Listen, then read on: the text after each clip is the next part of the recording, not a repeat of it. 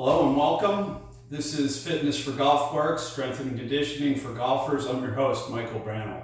Today's video, we're going to focus on ankle mobility. The ankles are important in golf because they need to move freely in order to create a connection with the ground or ground force reaction and to create timing and rhythm in the golf swing so that you're able to accelerate and decelerate at patterns that make you consistent, make you as powerful as possible so that you can play your best golf. And the reason I'm focusing on mobility first in these series of videos is because most good fitness programs move from movement to strength to power. So you don't want to put the power first. You can put the strength first because I'm a big proponent of getting stronger, because getting stronger actually makes you move better. But you also need to blend in some mobility drills as a pre-workout, in between sets, in between supersets, however you're working, because it stimulates the body, it creates better patterns of movement, and it allows you to blend modalities together so that your workouts are more time efficient. So today we'll focus on the ankles. And these are simple things you can do. I generally do them in the morning when I'm waiting for the coffee to brew, and I'll just sit there and occupy myself with some ankle movements. The first one is heels up. So I'm sitting nice and tall, and I'm just moving at the ankle, and generally I'll do a set of 30. I'm not going to do that for the sake of time in this video, and I just get as much range of motion there as I can.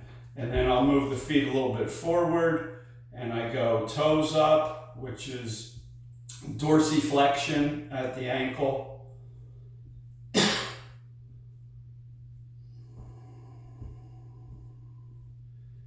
And then we've got, I call these windshield wipers, and you want to move the feet side to side. You're basically abducting and adducting, and you want to keep the knees from having minimal movement. So you don't want them moving with you or moving your hips. So you want the movement to come directly at the ankle.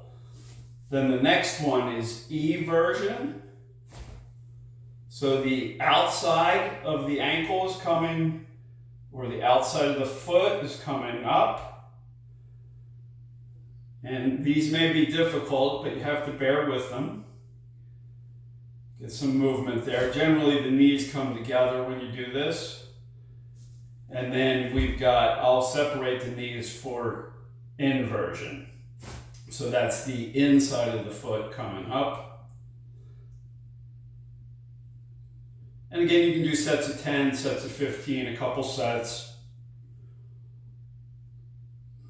Now, I had ankle surgery a few years ago, so I was doing these every day, probably 2 or 3 times a day. And it helped me with my rehab and restore the motion there.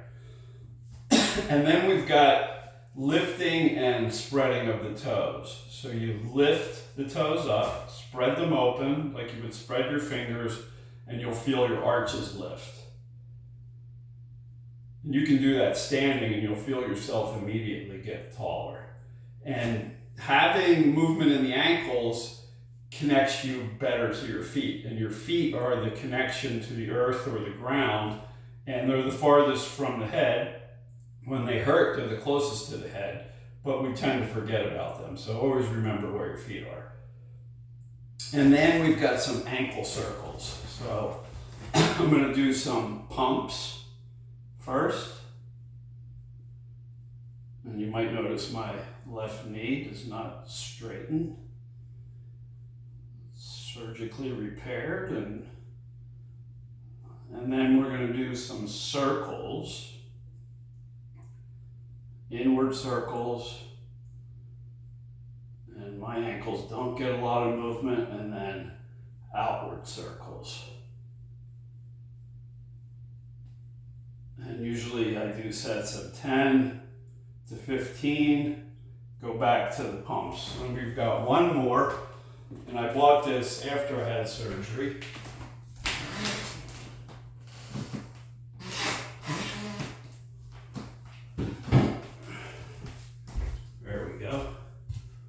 So this is called the Pro Stretch. And you put your foot in there, and usually I'll lean up against something, and you want to rock